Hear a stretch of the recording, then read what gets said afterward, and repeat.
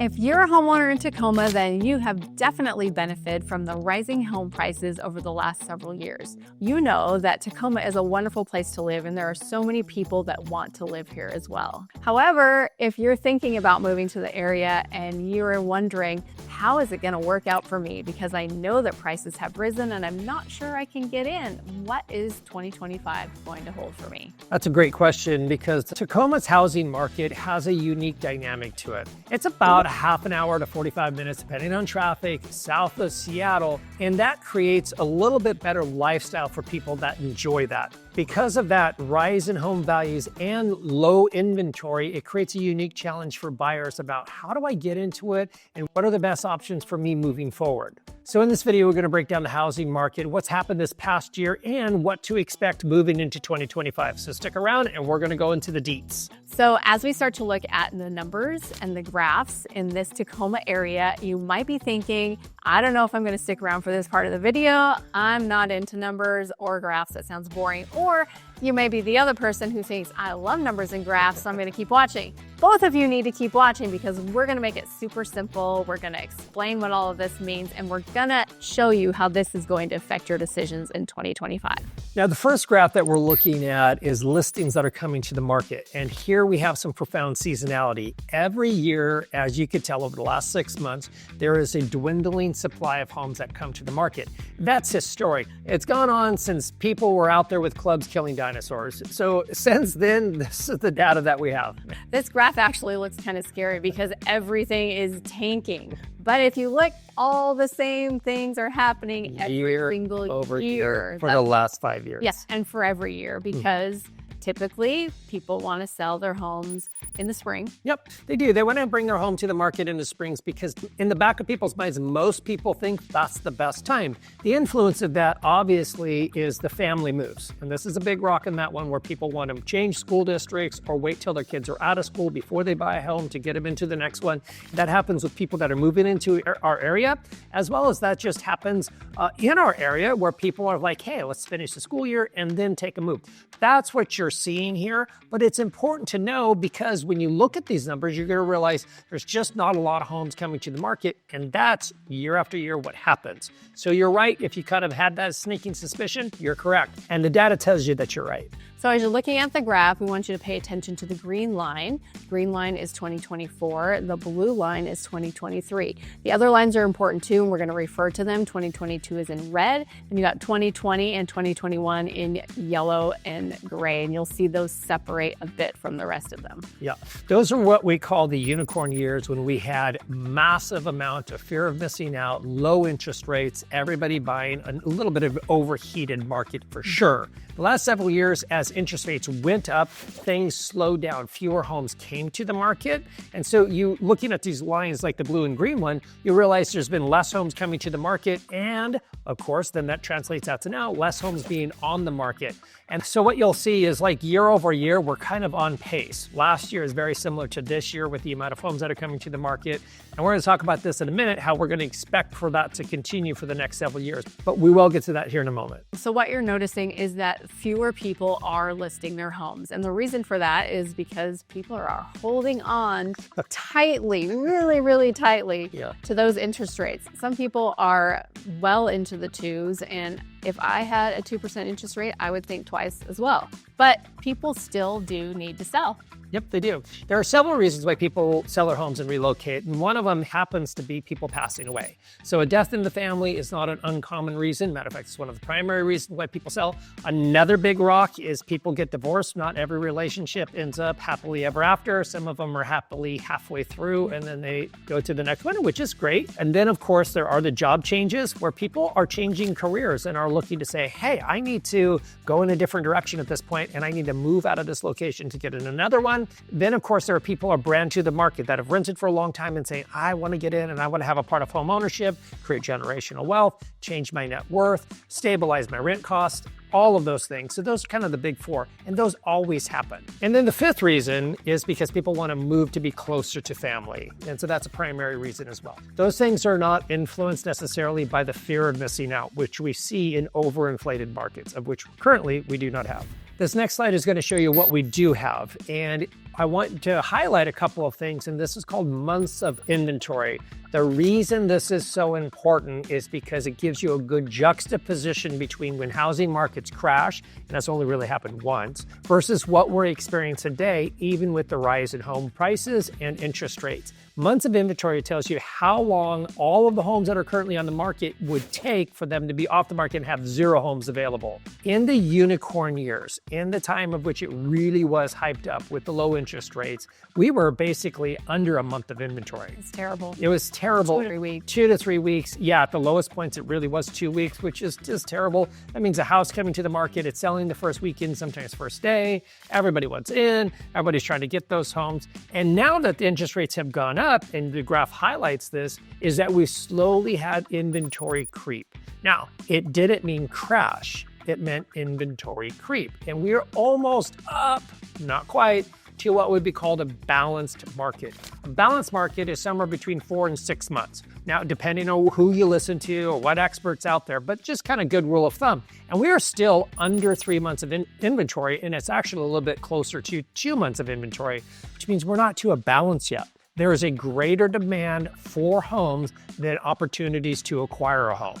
Yep. That's a really important thing for you to be able to ascertain concerning your next move. Now, I know a lot of people are thinking, well, there must be a lot of inventory because I'm seeing houses sit on the market for a while. I'm seeing house prices drop from their original list price. So that must mean that there's just too many houses out there, but it doesn't. In fact, it means that people are pricing their houses aspirationally.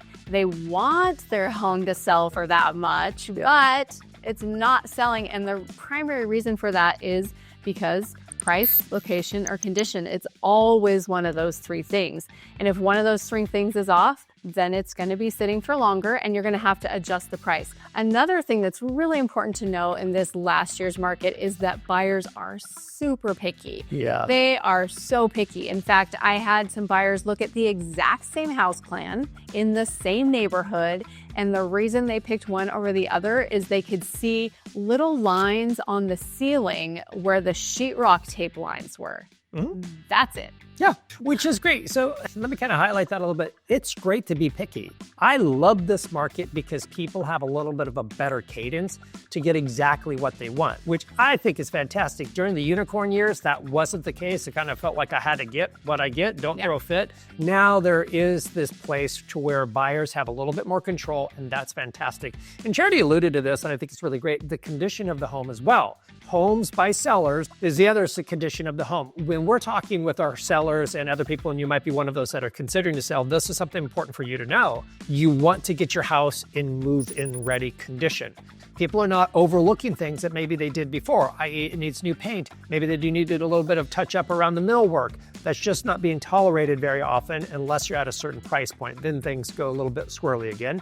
In fact, if you have things that aren't really right spot on with what buyers are looking for, then they really want a discount right now because they are maxed out on what they can afford. They can now afford less than they could a couple years ago, and they don't want to do anything in the house unless you're going to give them a steep discount. So it is worth spending a couple $1,000s to be able to sell it for $5,000 or $10,000 more. Absolutely.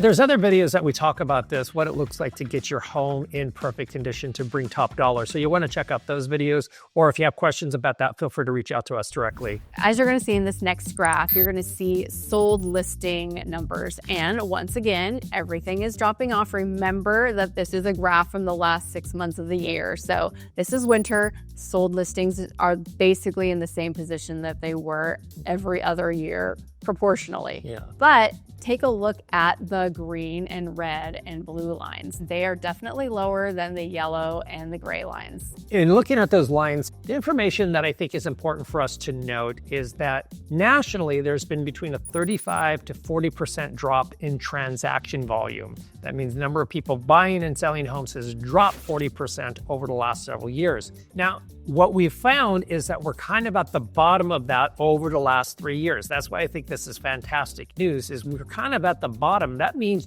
the people that need to buy and sell are buying and selling, but but the rest of the rigmarole, so to speak, isn't part of the market. And that means we're kind of stabilized, which is really good news. And that's going to lead us to our next slide here in a second about how that impacts you either wanting to buy or sell a home. And what usually makes the most impact on you buying or selling your home is knowing what the prices are. Yeah. Now, what's great about this slide is it highlights something that I think is very, very important. Reasons why we buy homes. Reasons why we buy home is not because we're going to play the Russian roulette game of appreciation. I hope it hits this year. We don't do that. That is really, honestly, if that's your decision making in this, I might not be the best agent for you because I don't want you to play that game. I want you to play the game of long-term appreciation, which is historic. It's usually between 3 and 5%, and that's been over the last 50, and in some stats, up to 100 years of what we experience as appreciation. And that's fantastic. Now, we have that spike up years, and what I was hoping with the rise of interest rates is that it would kind of stabilize and slow that down, and it did. And that's very good news for anybody, because in essence, what you're saying is, I'm gonna buy this home and I'm gonna stay in it for 5 to 10 to 15 years. I'm gonna pay down my principal and we're gonna get back to historic 2, 3, 4%, 5% appreciation over the long haul. And so that's very good for both sellers and buyers. And another important note is if you are looking to buy a home and it's a strong possibility that you might need to sell it in either 12 to 24 months, I tell people all the time, I don't think that that's the best time to buy a home. I like to tell our clients because I think in terms of long-term, and it's partly because I got a lot of gray in my head, or partly because I don't have any gray in my head, is that the long-term home ownership does something for you that's profound. It stabilizes your monthly expenses, and when you live in it long enough, you'll pay the principal down and enjoy the appreciation and enjoy some tax benefits as well. So that's why we buy homes, and that's important to know because historically, that's why our grandparents and great-grandparents bought homes, is because those are the necessary things just to live here in America. Now, one thing that's important to note that if you are buying a home and it's going to be less than 24 months, then you want to think about how can you make this generational wealth. Some of you might be thinking, well, I do think I'm only going to be living here for 2 years. In fact, we serve a lot of military families and they're going to be here about 2 years or maybe 3 years. And they still buy a house, but their intention is to buy a house and turn it into a rental. And that's even better. If you can grab a home where you live in it and enjoy the benefits of home ownership and then turn it into a rental and make a profit off of it. When you go to the next place, you can do the same thing again. So if you're going to live here a short amount of time, just consider the possibility of using your home as a rental when you're done. Charity is actually highlighting a very important facet about our location is that our military families, they'll buy a home here, use it as a rental for years with the intent of moving back to the Northwest because they love the area so much. This is why I always say I'm biased, and it's not just me, it's people that live here that move away and then like 15 years later thinking, I want to go back. And we want you to come back as well. And that's how they're leveraging it to create generational wealth for themselves and obviously for those that they want to pass it along to. So these graphs have been helpful, I'm sure. As we said, we would make them to be. But what does that mean for you? If you're a seller, what does that mean about selling a house in this market? Here's what we want you to know as sellers. Price, location, and condition matter a lot. They always have, but even more so now. So if you need some good information about how to prep your home and what needs to be done to be able to get it top dollar and sold quickly in the time frame that works for you, you're going to want to reach out because we're going to walk through some of those strategies for you. Now, if you're a buyer, what you're going to want to know is you're going to have a little bit of time. Don't be in a hurry. Don't be stressed out. Let's find you the right home that fits for you and the future that you're looking to create. So you have a little bit of time and let's be patient together. So if you are a buyer or a seller, then you are ready for us to give you, drumroll please, our predictions.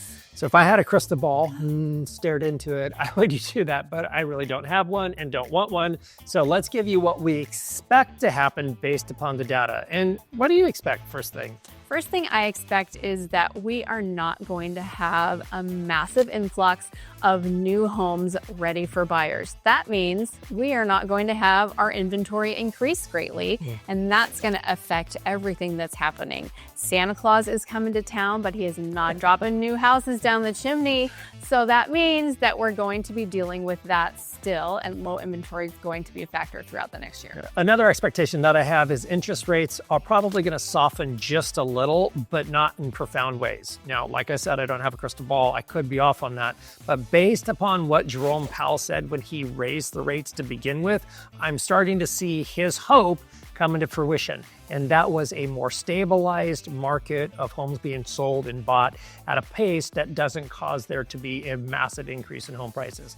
So what he's done, I think it's starting to work. And I predict that that's going to be a couple more years into this. And I hope that they just kind of level off interest rates in that 5 to 6%. So what do you think that's going to do for the market this year with the expectation of interest rates just coming down a little bit? I think it's going to keep it at a moderate pace to what we've been experiencing the last couple of years. And I actually hope that to be true because I think it is best for both sellers and buyers. Because when we sell a home, we have to turn around normally and buy one. And it kind of is a wash. And this just creates a better place for both people to get what they want. And that leads me into my next expectation is that we are still going to have sellers holding on tightly to those properties because of the low interest rates they have. And that's going to affect our market. When I am visiting with sellers and they're considering what they should do next, if there's not a really compelling reason for them to go, like we talked about, death, divorce, moving close to family, all the things that Joe mentioned, then they're going to hold on to those interest rates because they are going to be in a smaller house for the same cost if they don't. So that will affect our inventory as well. And my last expectation for this is I expect people to continue to move here. And it's because we have so much going on. And it is outdoor lifestyle. You can hear other videos us talking about this, but it's the outdoor lifestyle. It's a convenient location. It's a really beautiful place to spend all of your life to be able to live. I expect that to continue. There are other places in the country that I'm expecting them to go down. But for us, I expect people to continue to move here. And rightly so, because we would love to have you here because the Northwest is great and it would be even better with you. And we talk about that in all of our videos because we absolutely love living here, from the outdoors, like Joe said, to being able to get to Portland and Seattle easily without having to live a life with all of those people around you. You get to be in this quiet little area and then still appreciate that. Everything about this area we absolutely love, and we know that as we do these videos, more people are loving it too. And so, yeah, I agree. There will be people who continue to move to our area, which is going to make inventory still stay low. Yep. So ultimately, what does this mean for you? Well, I want to say this. I want you to consider what's best for you and for the future you're looking to create. This might be the best time for you to buy. It might be the best time for you to rent just because you need to wait it out and get into a better position with regards to your job or with regards to the future that you're looking to create. Please do not make a fear-based decision, nor listen to a drunk uncle or somebody at a crazy Christmas party. Make the best decision for you based upon the facts. And that's why we wanted to provide you with facts today so that you can choose what is best for you and your family. But if you do choose that now is a good time, then of course we would love to help you. Just reach out on that number below, call or text us, or feel free to schedule a time on our calendar. The link is below. And if you have really enjoyed this video, then you're going to want to watch the next one.